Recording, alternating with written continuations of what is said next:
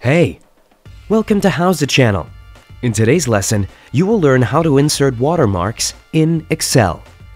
Open the Excel file you need. Go to Insert tab and select WordArt. At the end of the bar menu, choose the style you like.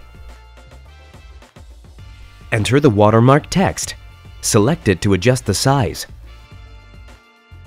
Right-click on it and choose Format Text Effects. Click on the bold A icon. Select Text to Fill. Check Solid Fill. Set transparency to 100%.